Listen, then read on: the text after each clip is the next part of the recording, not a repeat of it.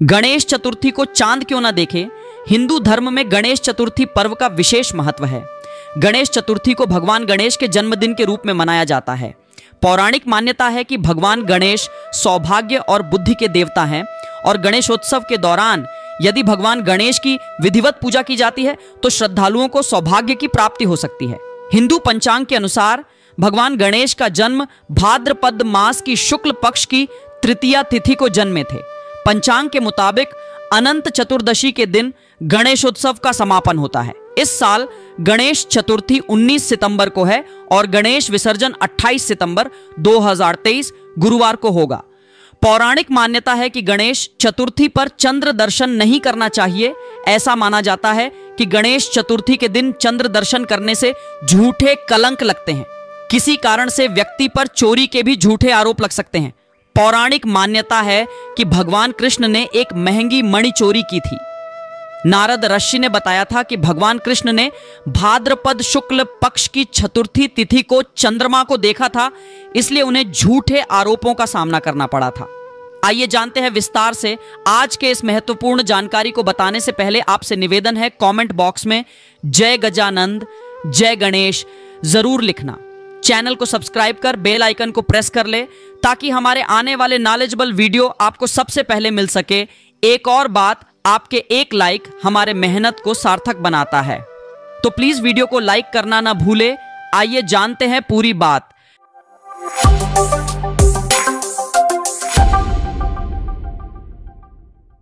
नारद ऋषि ने भगवान कृष्ण को बताया कि भगवान गणेश ने चंद्रदेव को श्राप दिया था कि भाद्रपद शुक्ल चतुर्थी को जो भी चंद्र दर्शन करेगा उसे मिथ्या दोष का सामना करना पड़ेगा।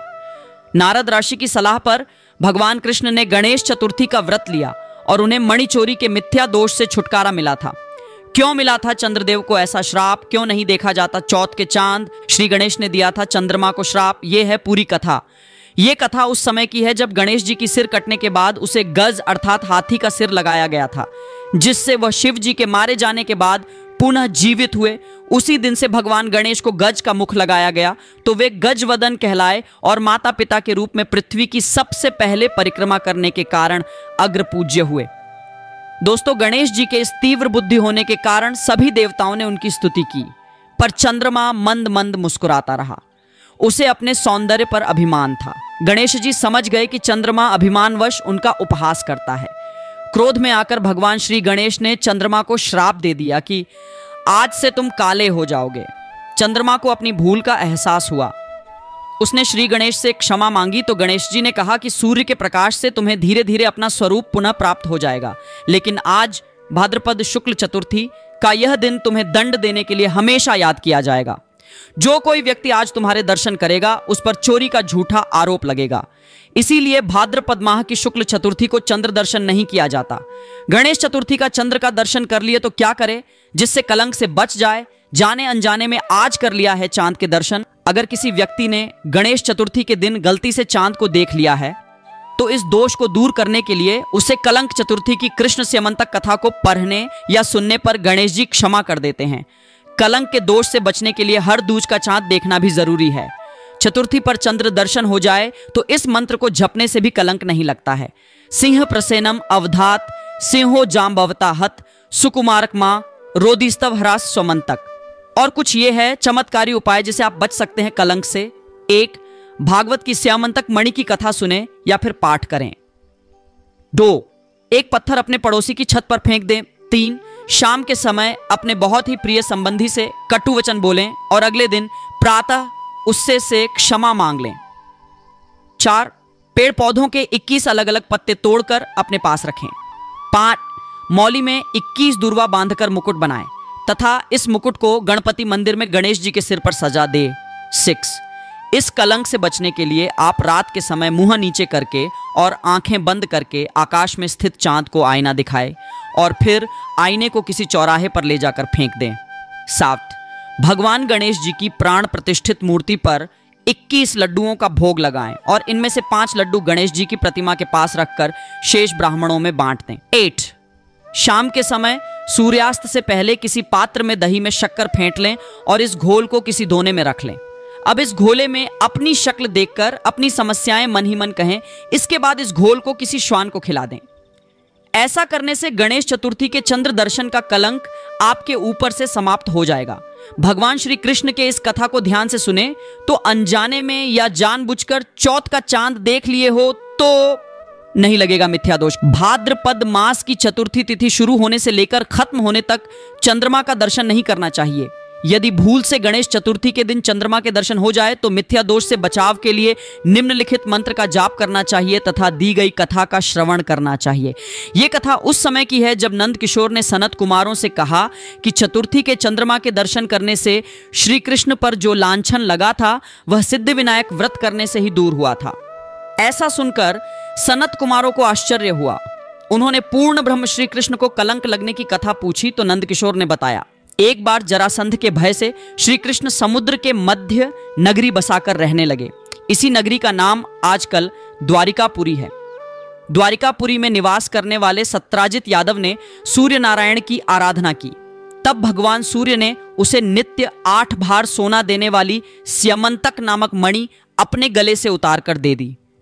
मणि पाकर सत्राजित यादव जब समाज में गया तो श्री कृष्ण ने उस मणि को प्राप्त करने की इच्छा व्यक्त की। सत्राजित ने वह मणि श्री कृष्ण को न देकर अपने भाई प्रसेंजित को दे दी। एक दिन प्रसेंजित घोड़े पर चढ़कर शिकार के लिए गया। वहां एक शेर ने उसे मार डाला और मणि ले ली। रीछों का राजा जामवंत उस सिंह को मारकर मणि लेकर गुफा में चला गया। जब प्रसेंजित कई दिनों तक शिकार से न लौटा तो सत्राजित को बड़ा दुख हुआ। उसने सोचा श्री कृष्ण ने ही मणि प्राप्त करने के लिए उसका वध कर दिया होगा। अतः बिना किसी प्रकार की जानकारी जुटाए उसने प्रचार कर दिया कि श्री कृष्ण ने प्रसेंजित को मारकर स्यमंतक मणि छीन ली है। इस लोक निंदा के निवारण के लिए श्री कृष्ण बहुत से लोगों के साथ प्रसेंजित को ढूंढने वन में गए। वहां पर प्रसेंजित को शेर द्वारा मार डालना और शेर को रीछ द्वारा मारने के चिन्ह उन्हें मिल गए।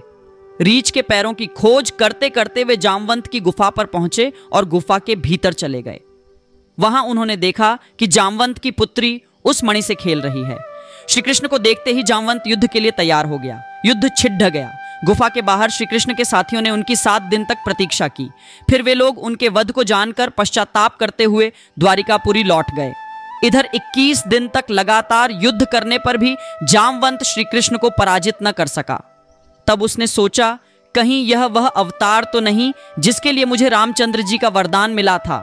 यह पुष्टि होने पर उसने अपनी कन्या का विवाह श्री कृष्ण के साथ कर दिया और मणि दहेज में दे दी। श्री कृष्ण जब मणि लेकर वापस आए तो सत्राजित अपने किए पर बहुत लज्जित हुआ। इस लज्जा से मुक्त होने के लिए उसने भी अपनी पुत्री का विवाह श्री कृष्ण के साथ कर दिया। कुछ समय के बाद श्री कृष्ण किसी काम से इंद्रप्रस्थ चले गए। तब अक्रूर तथा आर्तु वर्मा की राय से शतधन्वा यादव ने सत्राजित को मारकर मणि अपने कब्जे में ले ली। सत्राजित की मौत का समाचार जब श्री कृष्ण को मिला तो वे तत्काल द्वारिका पहुंचे। वे शतधन्वा को मारकर मणि छीनने को तैयार हो गए। इस कार्य में सहायता के लिए बलराम भी तैयार थे। यह जानकर शतधन्वा ने मणि अक्रूर को दे दी और स्वयं भाग निकला। श्री कृष्ण ने उसका पीछा करके उसे मार तो डाला पर मणि उन्हें नहीं मिल पाई।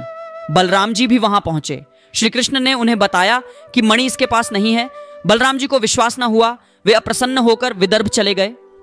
श्री कृष्ण के द्वारिका लौटने पर लोगों ने उनका भारी अपमान किया। तत्काल यह समाचार फैल गया कि स्यमंतक मणि के लोभ में श्री कृष्ण ने अपने भाई को भी त्याग दिया। श्री कृष्ण इस अकारण प्राप्त अपमान के शोक में डूबे थे कि सहसा वहां नारद जी आ गए। उन्होंने श्री कृष्ण जी को बताया, आपने भाद्रपद शुक्ल चतुर्थी के चंद्रमा का दर्शन किया था, इसी कारण आपको इस तरह लांछित होना पड़ रहा है। श्री कृष्ण ने पूछा, चौथ के चंद्रमा को ऐसा क्या हो गया है जिसके कारण उसके दर्शन मात्र से मनुष्य कलंकित होता है? तब नारद जी बोले, एक बार ब्रह्मा जी ने चतुर्थी के दिन गणेश जी का व्रत किया था। गणेश जी ने प्रकट होकर वर मांगने को कहा तो उन्होंने मांगा कि मुझे सृष्टि की रचना करने का मोह न हो। गणेश जी ज्यों ही थास्तु कहकर चलने लगे, उनके विचित्र व्यक्तित्व को देखकर चंद्रमा ने उपहास किया। इस पर गणेश जी ने रुष्ट होकर चंद्रमा को शाप दिया कि आज से कोई तुम्हारा मुख नहीं देखना चाहेगा। शाप देकर गणेश जी अपने लोक चले गए और चंद्रमा मानसरोवर की कुमुदनियों में जा छिपा। चंद्रमा के बिना प्राणियों को बड़ा कष्ट हुआ। उनके कष्ट को देखकर ब्रह्मा जी की आज्ञा से सारे देवताओं के व्रत से प्रसन्न होकर गणेश जी ने वरदान दिया कि अब चंद्रमा शाप से मुक्त तो हो जाएगा, पर भाद्रपद शुक्ल चतुर्थी को जो भी चंद्रमा के दर्शन करेगा उसे चोरी आदि का झूठा लांछन जरूर लगेगा। किंतु जो मनुष्य प्रत्येक द्वितीया को दर्शन करता रहेगा वह इस लांछन से बच जाएगा। इस चतुर्थी को सिद्धिविनायक व्रत करने से सारे दोष छूट जाएंगे।